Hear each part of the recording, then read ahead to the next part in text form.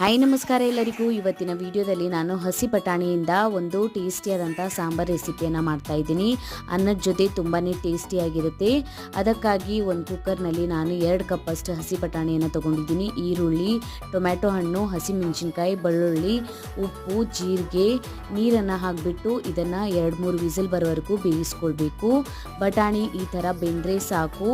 ಈಗ ನಾನು ಇದನ್ನು ಒಂದು ಮ್ಯಾಶರ್ ಹೆಲ್ಪ್ನಿಂದ ಈ ಥರ ಮ್ಯಾಶ್ ಮಾಡ್ಕೊತಾ ಇದ್ದೀನಿ. ಮ್ಯಾಶ್ ಮಾಡ್ಕೊಂಡ್ಬಿಟ್ಟು ಈಗ ನಾನು ಒಂದು ಪ್ಯಾನ್ಗೆ ಎಣ್ಣೆಯನ್ನು ಹಾಕ್ಕೊಂಡಿದ್ದೀನಿ. ಸಾಸಿವೆ, ಜೀರಿಗೆ, ಬೆಳ್ಳುಳ್ಳಿ, ಹಸಿಮೆಣಸಿನ್ಕಾಯಿ, ಟೊಮ್ಯಾಟೊ ಹಣ್ಣನ್ನು ಹಾಕ್ಕೊಂಡ್ಬಿಟ್ಟು ಸ್ವಲ್ಪ ಫ್ರೈ ಮಾಡ್ಕೊಳ್ಬೇಕು.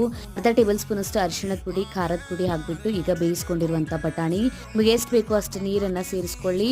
ಉಪ್ಪನ್ನು ಹಾಕ್ಕೊಂಡಿದ್ದೀನಿ. ಕೊತ್ತಂಬರಿ ಸೊಪ್ಪು, ಸ್ವಲ್ಪ ಗರಂ ಮಸಾಲಾನ ಹಾಕಿಬಿಟ್ಟು ಇದನ್ನು ಒಂದು ಕುದಿ ಬರೋವರೆಗೂ ಬೇಯಿಸ್ಕೊಳ್ಬೇಕು. ಬಿಸಿ ಬಿಸಿ ಅನ್ನದ ಜೊತೆ ತುಂಬ ಟೇಸ್ಟಿಯಾದಂಥ ಸಾಂಬಾರ್ ರೆಡಿ ಆಗುತ್ತೆ. ಫುಲ್ ಡೀಟೇಲ್ ವಿಡಿಯೋನ ಯೂಟ್ಯೂಬ್ ಚಾನಲಲ್ಲಿ ಅಪ್ಲೋಡ್ ಮಾಡಿದ್ದೀನಿ, ನೀವು ಹೋಗಿ ನೋಡ್ಕೊಳ್ಬೋದು. ಇನ್ಸ್ಟಾಗ್ರಾಮ್, ಫೇಸ್ಬುಕ್ಕಿಗೂ ಫಾಲೋ ಮಾಡಿ.